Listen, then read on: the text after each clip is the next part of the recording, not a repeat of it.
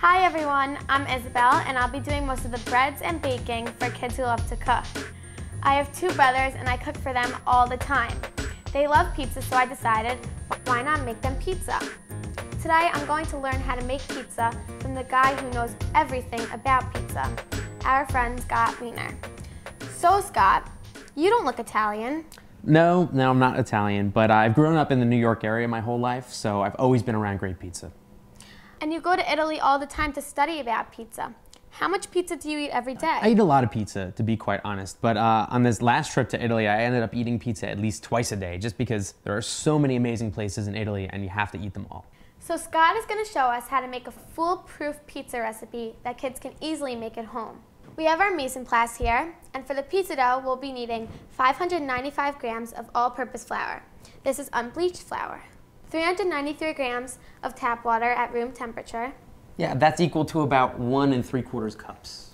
18 grams of fine salt and 6 grams of dry yeast. Dry yeast is in your grocery store right next to the flour. So really everything is available, and that's all you need to make pizza dough. It's only 4 ingredients, so simple. Yeah, frustratingly simple. It makes you wonder, why does anybody pick up the telephone to place an order? So let's make pizza dough. Yes. We need this bowl to mix all of our ingredients together. So we start off with, of course, our flour, which is the largest component. And then all we're doing right now is adding our other dry ingredients. So we have our yeast, of course. Okay. And we have our salt. Any old salt will do. I'm just gonna take a fork just to mix this up. Okay. Yeah, because I wanna make sure that all the yeast and all the salt is evenly distributed throughout the flour.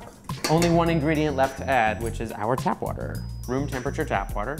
You don't have to do it real slowly, you can just dump it all in there. Okay. And now we've got to incorporate all the ingredients. So since I don't want to get dough stuck to my hands quite yet, I'm using my fork.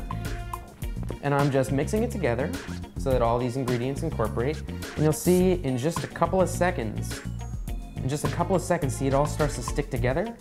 And as it reaches a point where everything starts to be incorporated, that's when my fork is finished. And of course I've washed my hands. Of course. And I'm gonna just go for it with my hands, okay? I'm just reaching in here, and all I'm doing is incorporating all of the ingredients. As the yeast is starting to come to life, and it's gonna start eating all the sugars that are in the flour, and fermentation is going to happen, which is where we get our flavor. Fermentation is our flavor factor. It's when the yeast is eating all these sugars and producing alcohols and gases, and that's why dough rises. So now all I'm doing is scooping all these ingredients from the side, and really this is gonna take about 1 more minute of just mashing my hand into it.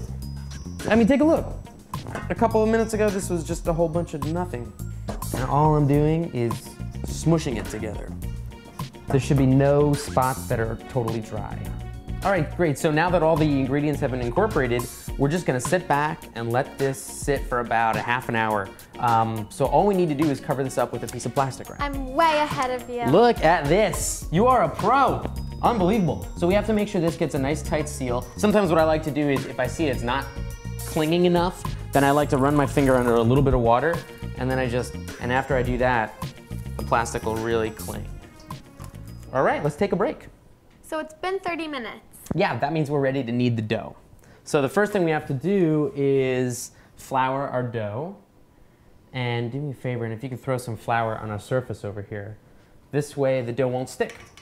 And we're just using the exact same flour that we used to actually make the dough. So it's all gonna work together nice and happy. See how this is all coming out of this bowl real nice? Yeah. Since it's been sitting in there for a half hour, it's been hydrating. Now to knead the dough, it's really simple. Why don't you go ahead and feel this dough. All we do is we take it and we stretch it up, bring it down, and then I use the palm of my hand with some flour on it to sort of push the dough together. Now we're just incorporating all the ingredients even more, and we're strengthening it. So as I do this, it's gonna get stronger, and all the gluten is going to form. And the gluten is sort of kind of an elastic web that holds the whole thing together. That flour, when it hits water, forms all these glutens. So I'm gonna keep doing this, and whenever you see that the flour starts to disappear, just throw a little bit more flour on there. Nice. You sure you haven't made pizza before? Never, but I bake a lot. Well, it shows. There you go. We are approaching the end here. we're pretty much done. You want to do a quick little poke test for me? Sure. Boom, bounces right back. It's ready. Now we're ready to split this into 4 even pieces, and we're gonna store it in some containers that I've brought along. And all we really have to do is put a little bit of olive oil in each one of these and kind of spread it around, and that's gonna make it so that the dough doesn't stick to the container. So I'm gonna put a little drop of olive oil in each of these, and if you can do me a favor and spread it around with your finger. Just dig your finger right in there and just spread it all the way around. And as you do that, I'm gonna split this up into 4 pieces. So now we've got these 4 pieces, and now we're just gonna form these into a smooth, each one will be a smooth texture, so that way it'll rise nice and even. And now the final bit is I'm gonna pick it up in the air and just fold it back into itself. So if you remember what it looked like before we let it sit for 30 minutes, it looked really rough, right? And now, as I finish this piece, and smooth it out and make sure there are no ruffles, it's a piece of dough. I want to do one. Sure, go ahead and grab that last guy.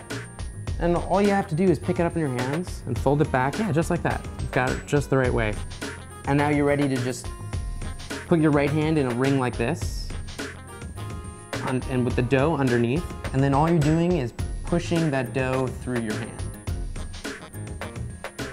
And you can open up that opening in your hand between your fingers. Put it between your hands like this, like you kind of do like a claw action. Push it with your left hand up. There you go, it's perfect. Keep on pushing it through. Great, now just seal up that seam and put it seam side down into there. Done, perfect, you did it. Now we are set to go. We just have to put the cap on here. And this dough will be ready to go tomorrow, okay?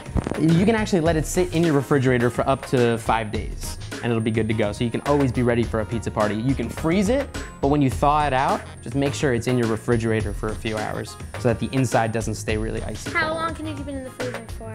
You can keep it in the freezer for months. You'll always be ready for a pizza party, but in the refrigerator, it's maybe 4 or 5 days. Oh.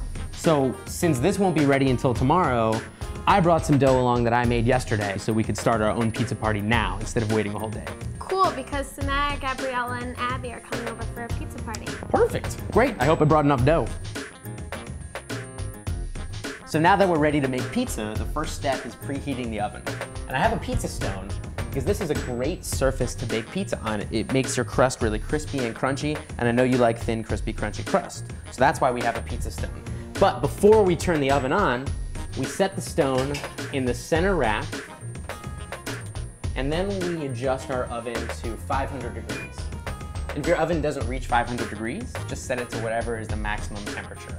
After about an hour of preheating, we will be ready to make that pizza.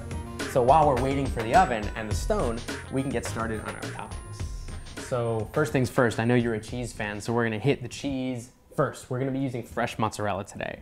Are you a fresh mozzarella fan? I love fresh mozzarella. Great, perfect. So you don't mind being a guinea pig to taste the mozzarella? No. Okay, try this. Thank you. See how it tastes. And I'm gonna slice some up. Great. Is it good? Amazing. I'm gonna slice this because it's gonna dry out a little bit. All right, it is game time now. We are ready to do the dough. This is like the big moment. So I'm gonna grab this out of the bowl, and this is the dough that I had made yesterday. Do me a favor and flour up this surface like you did before. Yeah, a whole bunch of flour all over the place. Even more, even more. Bring it. Don't hold back. Don't be afraid. Go, wow, too much. It's okay, because we're gonna use all this flour, okay? So what we're gonna do now is I'm gonna start with just a little flour that I'm gonna sprinkle on top. And this is, once again, so my hands don't stick.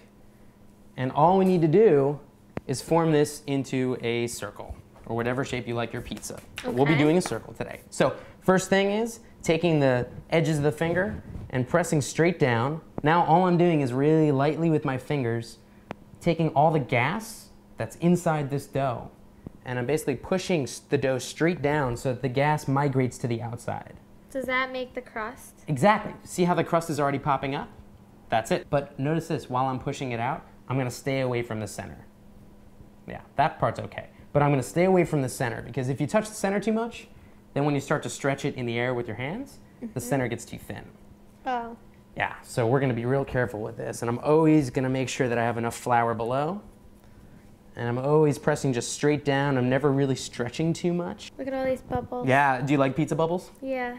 I love pizza bubbles, but I don't like them when they're in the middle of the pizza. I like them I love when them they're out when they're there. in the middle of the pizza. Okay, so if we get a slice that has a bubble in the middle, it's yours. So at this point, we're ready to really start stretching, which means pulling it very slightly and rotating a little bit. And I'm still trying not to really touch the outside too much. So if I touch the outside, then we won't get those really high fluffy crusts on the end. And once it's about this big, this is the really fun part. This is when you kind of pick it up with your knuckles. And I'm not really stretching it too much. I'm really letting gravity do all the work. So you see, all I'm doing is holding it like this and letting gravity pull it down. Okay, great. You know what? We're almost ready. Do me a favor and grab that peel. It's that wooden panel. Yeah, and you put it right there, and you can put some flour all over the top and just kind of rub it right into it. Perfect. And make sure there's not too much so you can whisk away those big globs. But this is ready to go. Okay? I'm gonna slip this down right on top, and then it comes your favorite part, which is the cheese. Why don't you go ahead and grab some cheese right off that pile, and you can just rip the cheese in half, and then plop it down wherever you want to eat some cheese. Done. Okay. Because you'll see when this melts down, we're gonna have beautiful puddles. In fact, I think you've nailed it right there. And we're ready for the sauce. The sauce is really easy. All we're gonna do is smear it. Why does the sauce come after the cheese? Because the cheese sort of forms a little barrier between the sauce and the crust. So this way the cheese sticks to the crust. Now when I'm scooping out all this sauce, I'm trying to avoid the liquidy puddles so that we're gonna get really chunky stuff, okay? This is ready. The only thing we have to do is do a little test. It's called the shimmy shake, like this. Done. If the pizza moves around, then we'll have no problem putting it in the oven. If the pizza starts to stick, then if you try to put it into the oven, it's gonna get stuck half on the pizza stone, half on the peel. It's a mess, and then you have to call and order pizza yourself, which is, again, embarrassing. So let's get this thing in the oven, and then 6 minutes later, we'll be eating. Will you be hungry? Add the basil. Oh, I'm glad you pointed that out. We're actually gonna hold off on the basil until after it comes out of the oven. Oh. If we put the basil on right now, it's gonna shrivel up and dry out. So we'll wait till the pizza comes out of the oven, this way we have fresh basil. Ready to put this thing in? Yes. All right, let's do that. It's been about 5.5 minutes. We're ready for this pizza to come out of the oven, okay? That's where I'm going, so watch out, be careful. All right, take a deep breath. Okay, here goes. Ah, it looks awesome. Oh my goodness. All right, so this is it. This is our margarita pizza. That's it. Now, all we have to do to finish it off is hit it with a little bit of this basil.